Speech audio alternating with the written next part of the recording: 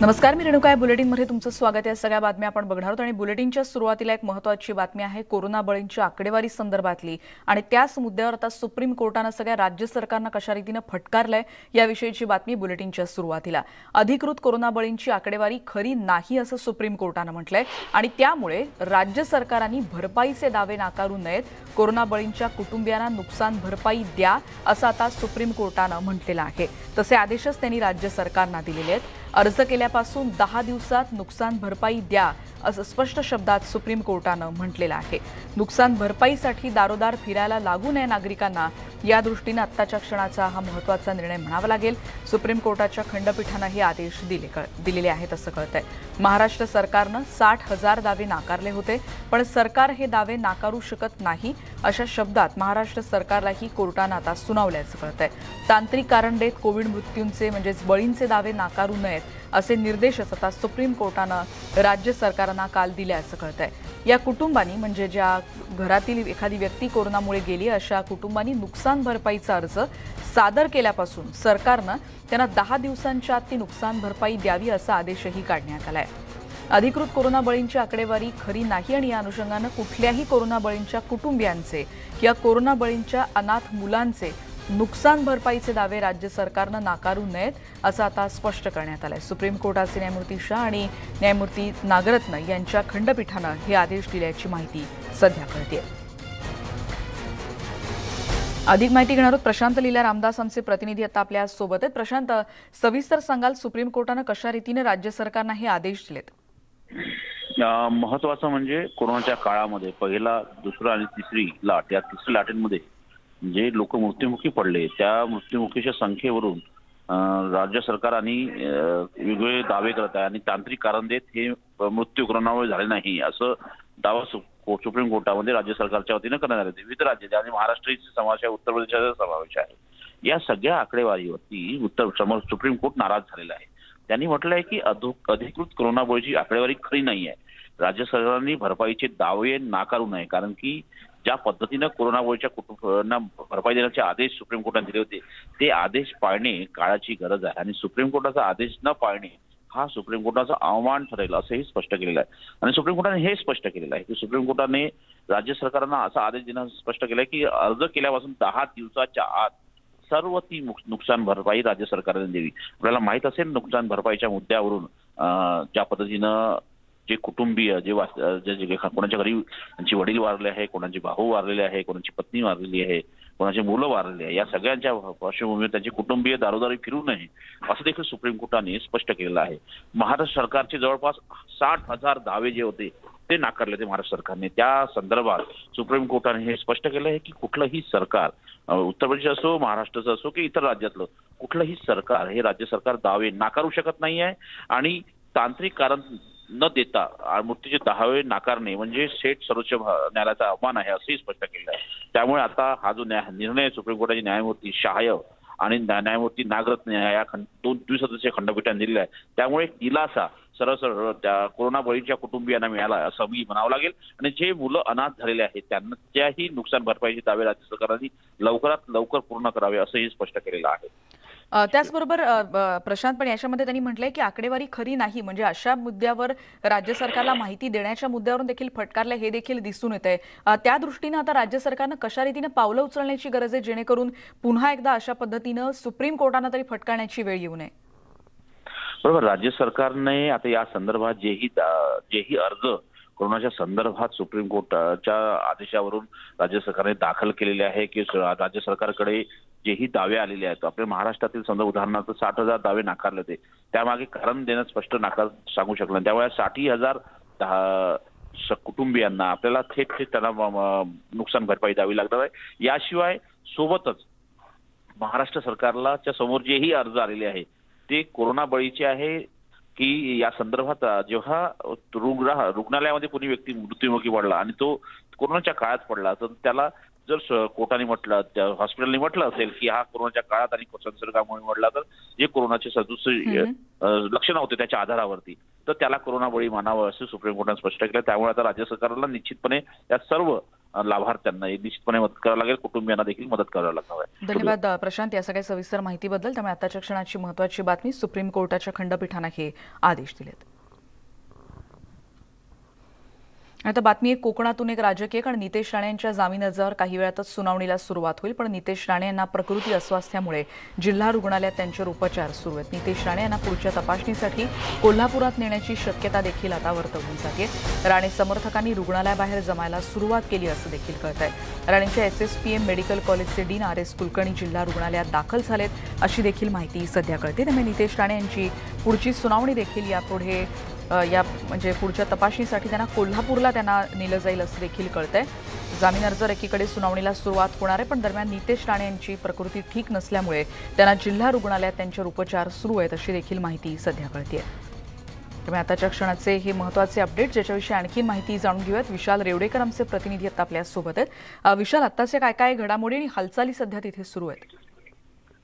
निश्चितपणे ज्या नितेश राणेंची आज सुनावणी आहे जिल्हा न्यायालयामध्ये, आणि त्याच नितेश राणे यांना काल संध्याकाळी त्यांना काही त्रास जाणवत होता, त्यामुळे जिल्हा आरोग्य केंद्रामध्ये त्यांना ऍडमिट केलं होतं. त्यानंतर त्यांच्या काही तपासण्या झाल्या, मात्र कुठेतरी त्यांच्या 1-2 तपासण्या ज्या होत्या त्याचे रिपोर्ट जे रुग्णालयाकडे पाठवले होते असं समजलेलं, आणि काही वेळापूर्वी असं समजतंय की ते जे रिपोर्ट आहेत ते अद्याप आलेले आहेत नाहीत. हा प्रश्न जरी अनुत्तरित असला तरी देखील नितेश राणे यांच्या काही तपासण्या करण्यासाठी त्यांना त्यांच्या म्हणण्यानुसार जो त्रास होतोय त्या त्रासासाठी किंवा त्रासावर उपचार व्हावेत यासाठी त्यांना कोल्हापूरच्या सिव्हिल रुग्णालयात नेत आहेत असं समजतंय, माहिती मिळते प्राथमिक.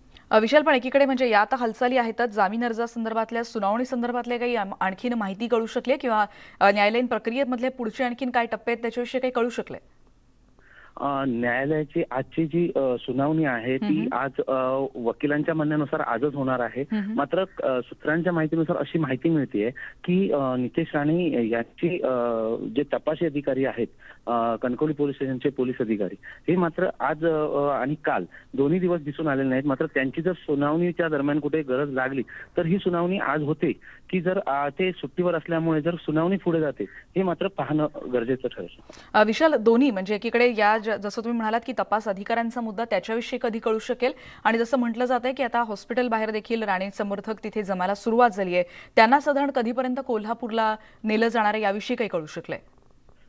पुढील काही कागदपत्रांची पूर्तता चालू आहे सध्याच्या परिस्थितीत, आणि काही वेळानंतर ही जी पूर्तता पूर्ण झाली की त्याच्यानंतर त्यांना घेऊन कोल्हापूरच्या दिशेने पोलीस असतील आणि आरोग्य पथक असेल हे रवाना होईल अशी माहिती मिळते. धन्यवाद विशाल या सगळ्या सविस्तर माहितीबद्दल. विशाल रेवडेकर आमचे प्रतिनिधी सांगतायत त्याप्रमाणे नितेश राणे यांच्या तब्येतीसाठी म्हणजे एकीकडे त्यांच्यावर उपचार तर आता सुरू आहेत, पण कोल्हापूरच्या सिव्हिल रुग्णालयात त्यांना दाखल केलं जाऊ शकतं अशी माहिती कळतेय, आणि त्या संदर्भात काही कागदपत्रांची पूर्तता झाली की ते कोल्हापूरला जातील अशी माहिती सध्या मिळते. पुढची बातमी आपण बघणार आहोत. ओवेसी यांच्यावर जो हल्ला झालेला होता, MIMचे पक्षाचे प्रमुख आणि लोकसभा खासदार असदुद्दीन ओवेसी यांच्या वाहनावर परवा गोळीबार करण्यात आला होता, आणि या प्रकरणी सचिन आणि शुभम अशा दोघांना अटक करण्यात आल्याची माहिती कळली. आरोपींच्या चौकशीतून धक्कादायक माहिती समोर आल्याचं कळतंय. ओवेसी यांना जीवे मारण्याच्या उद्देशानंच हा हल्ला केल्याची शक्यता आहे, कारण गेल्या अनेक काळापासून म्हणजे वेळापासून ते हल्ल्याच्या तयारीत होते अशी माहिती आता समोर येते. ओवेसींवर हल्ला करण्याची योजना अनेक दिवसांपासून सुरू होती, आणि सोशल मीडियाच्या माध्यमातून त्यांच्या हालचालींवर सतत लक्ष ठेवून होतो, आणि हल्ला करण्याची संधी शोधत त्यांच्या अनेक सभांना मी उपस्थित राहिल्याचं देखील आरोपीनं म्हटलंय. गर्दीमुळे ते होऊ शकलं नव्हतं, पण जेव्हा कळलं की ते मेरठहून दिल्लीला जाणार आहेत तेव्हा त्यांच्या आधी टोलगेटवर पोहोचून गाडी येताच हा गोळीबार केला अशी कबुली आरोपींनी दिली अशी माहिती आता पोलिसांच्या तपासातून समोर आली आहे. अधिक माहिती घेणार आहोत. प्रशांत लीला रामदास आमचे प्रतिनिधी आता आपल्या सोबत आहेत. प्रशांत, अत्यंत धक्कादायक असं हे प्रकरण म्हणावं लागेल, काय तपशील मिळतोय या सगळ्या संदर्भातला? MIMचे खासदार लोकसभा खासदार जे असदुद्दीन ओवेसी यांच्या वाहनावर जो गोळीबार झाला होता त्या प्रकरणी 2 लोकांना अटक करण्यात आली. एकाचं नाव सचिन होतं, दुसऱ्याचं नाव शुभम होतं. या दोघांचीही जेव्हा पोलीस चौकशी करते त्यावर धक्कादायक माहिती समोर आली आहे.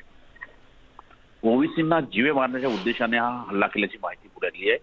त्या म्हटलं तर गेल्या अनेक काळापासून ही हल्ल्याची तयारी आम्ही करत होतो, आणि हापूर पोलिसांनी जी माहिती दिली त्या माहितीवर त्यांनी हे स्पष्ट केलं की ओवेसीचा हल्ला करण्याची योजना जी आखली होती सोशल मीडियाच्या माध्यमातून त्यांच्या सर्व हालचाली आम्ही लक्ष ठेवून होतो आणि हल्ला करण्याची संधी शोधत होतो.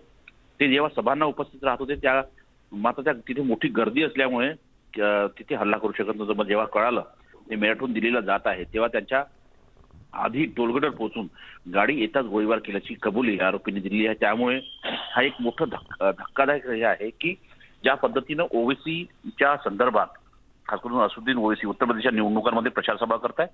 त्यांना आता केंद्र सरकारने झेडपीड सुरक्षा दिलेली आहे.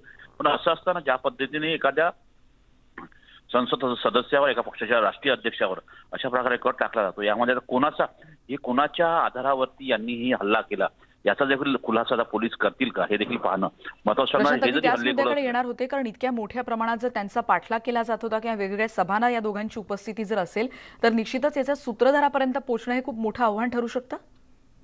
बरोबर. त्यांच्या जेही सूत्रधार असेल ज्यांनीही जर आपल्या जर या संपूर्ण गुन्हेगारी भाषेत बोलायचं झालं तर कोणीही त्यांच्या हत्येची सुपारी दिली होती हे देखील पाहणं अत्यंत महत्त्वाचं ठरणार आहे. कारण की ज्या पद्धतीने त्यांच्यासाठी कट रचला गेला, हत्येचा संपूर्ण तयारी केल्या गेली, त्यांच्याकडे पिस्तूल होते, त्यांच्याकडे वाहन होतं आणि या दोघांनी त्यांना हेरून ज्या पद्धतीने टोल नाक्यावरती हेरलं आणि त्याच्या गाडीवरती गोळीबार केला हा संपूर्ण प्लॅन करणं या दोघांचाच प्लॅन होता का इतरही काही लोक या पूर्ण संपूर्ण कटामध्ये सहभागी होते आणि कोणाच्या इशाऱ्यावरून हा कट रचला गेला हे देखील आता हापूड पोलिसांना खास करून उत्तर प्रदेश पोलिसांना स्पष्ट करावं लागेल. कारण की ज्या पद्धतीने हे सगळे पुरावे हा एवढा खुलासा करून चालणार नाही की त्याच्या हत्येचा कट केलेला आहे पण संपूर्ण खुलासा करावा लागेल या हत्येमागे कोणाचा हात आहे आणि कोण याचा खरा सूत्रधार आहे. अगदी खरं. धन्यवाद प्रशांत या सगळ्या सविस्तर माहितीबद्दल. ओवेसी यांच्यावर जो हल्ला करण्यात आला होता त्यातली आणखीन तपशीलवार माहिती आता आपल्याला प्रशांत लीलाराम दास देत होते. पुढची बातमी आपण बघणार आहोत. उपमुख्यमंत्री अजित पवार यांनी पुण्यातल्या कोरोना स्थितीचा आढावा घेतला. ते पुण्याचे पालकमंत्री देखील आहेत. येरवडा येथे स्लॅब कोसळून जो काल अपघात झाला त्या अपघाताची चौकशी करून दोषींवर कारवाई केली जाणार असल्याचं अजित पवार यांनी यावेळी म्हटलंय.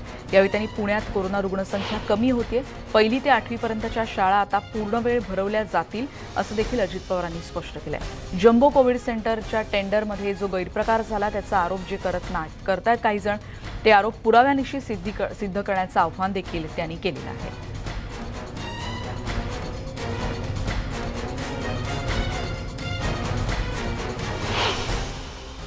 दुर्दैवाने डॉक्टरांनी 5 लोकांना मृत घोषित केलं. तात्काळ तरी ससून हॉस्पिटलमध्ये आणून तपासणी केल्यानंतर तिथं आणायच्या आधीच 5 जणांचं दुःखद निधन झालेलं होतं.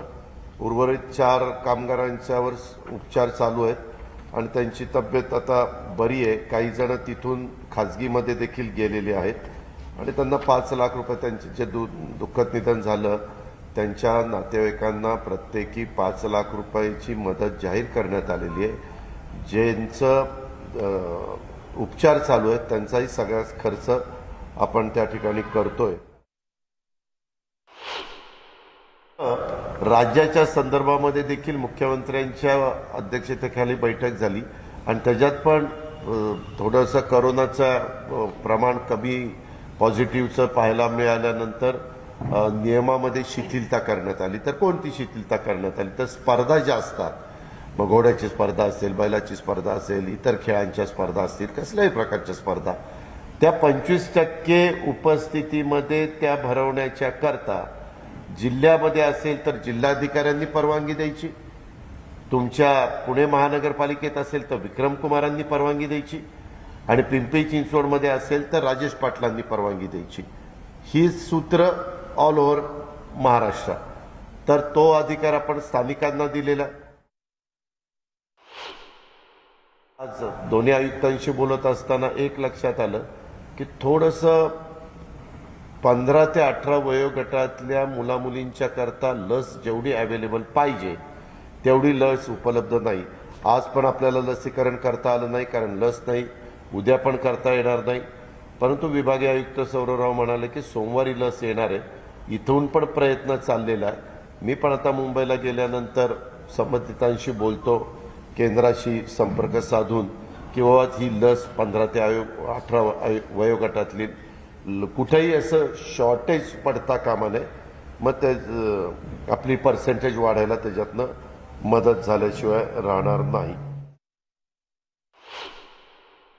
शाळा आपण मागं 1 फेब्रुवारीपासून सुरू करायचा निर्णय घेतलेला होता. त्याच्यामध्ये हाफ डे करायच्या होत्या सुरुवातीच्या 1ली ते 8वी पर्यंत, पण आज आम्ही ठरवलं की आता हाफ डे काढून टाकावं आणि 1ली ते 8वी पण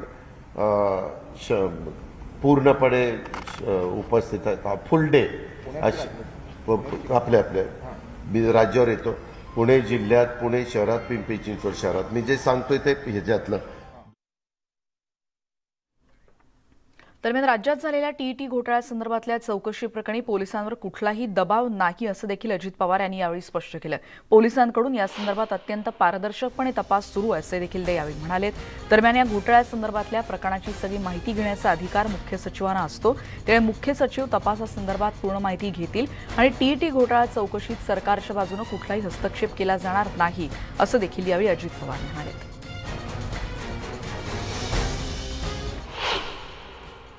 पोलीस सीपी गुप्ता त्यांच्या नेतृत्वाखालची टीम अतिशय पारदर्शकपणे त्याचा तपास करते.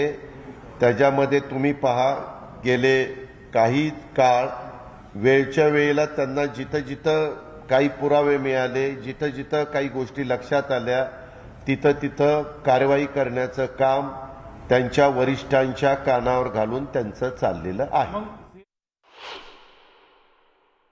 राज्याच्या मुख्यमंत्र्यांना प्रशासनामध्ये महत्त्वाची जबाबदारी पार पाडत असणाऱ्या ऑफिसर्सना उद्याच्याला एखादी गोष्ट कोणाच्या बाबतीमध्ये घडली तर काही बातम्या आल्या तर माहिती घेण्याच्या करता बोलायला नको की काय झालेलं आहे, काय वस्तुस्थिती आहे, कशा करता ॲक्शन घेण्यात आलेली आहे, तुमची फाईल तयार झालेली आहे ती काय, ह्याच्यामध्ये पूर्णपणे त्यांना अधिकार आहे. चीफ सेक्रेटरीला पण, उद्या चीफ सेक्रेटरी यांनाही बोलू शकतात, उद्या सौरवरावांनाही बोलू शकतात.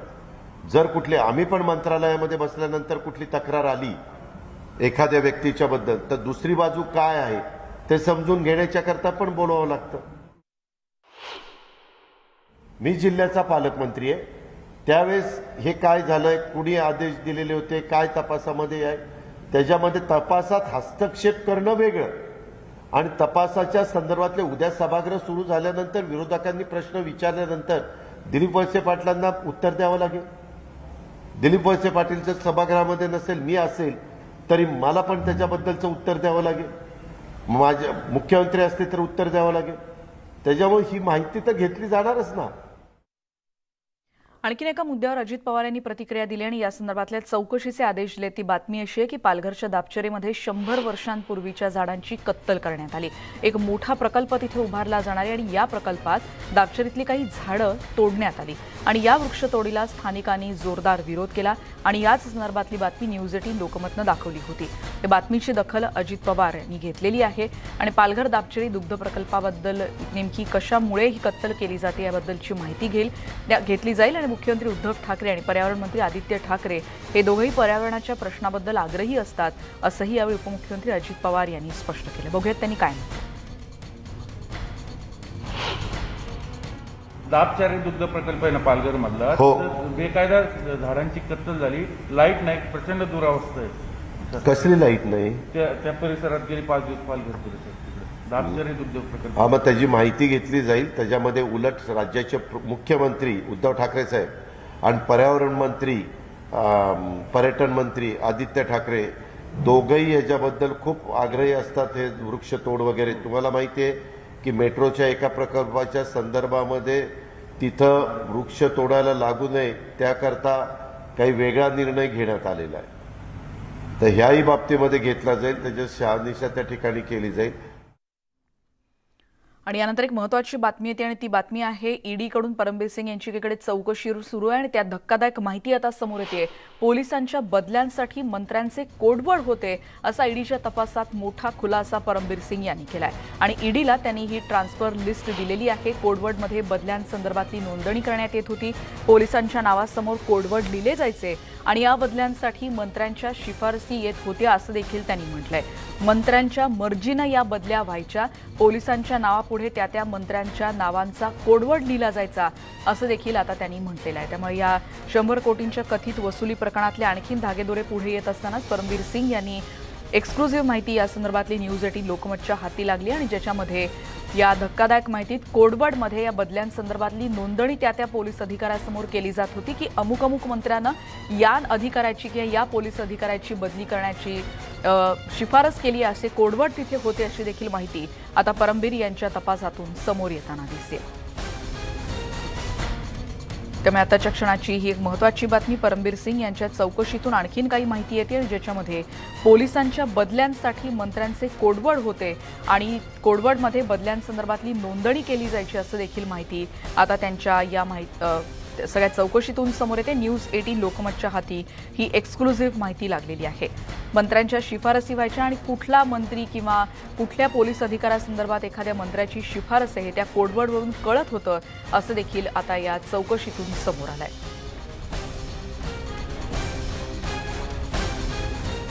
पुढे आणखी एक महत्त्वाची बातमी आपण बघणार आहोत। ठाणे ते कल्याण दरम्यान 5व्या आणि 6व्या मार्गिकेच्या कामासाठी 72 तासांचा मेगा ब्लॉक घेतला जातोय।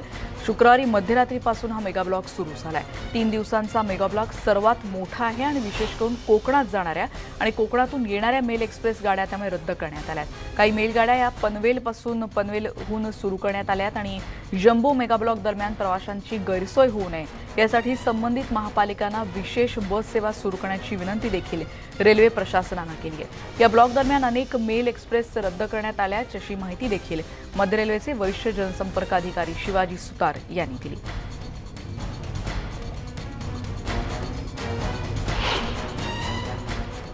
हा शेवटचा ब्लॉक जो आहे हा 72 तासांचा ब्लॉक असेल। हा ब्लॉक आपण दिवा आणि ठाणे या जलद मार्गावरती घेत आहोत। हा ब्लॉक येत्या शनिवारी म्हणजे 5 फेब्रुवारीपासून सुरू होईल। शनिवारी / रविवारी रात्री 12 वाजता हा ब्लॉक सुरू होईल। तो ब्लॉक पुढच्या 72 तासासाठी म्हणजे 7 तारखेच्या मध्यरात्रीपर्यंत म्हणजे 7/8 फेब्रुवारीच्या मध्यरात्रीपर्यंत हा ब्लॉक राहील।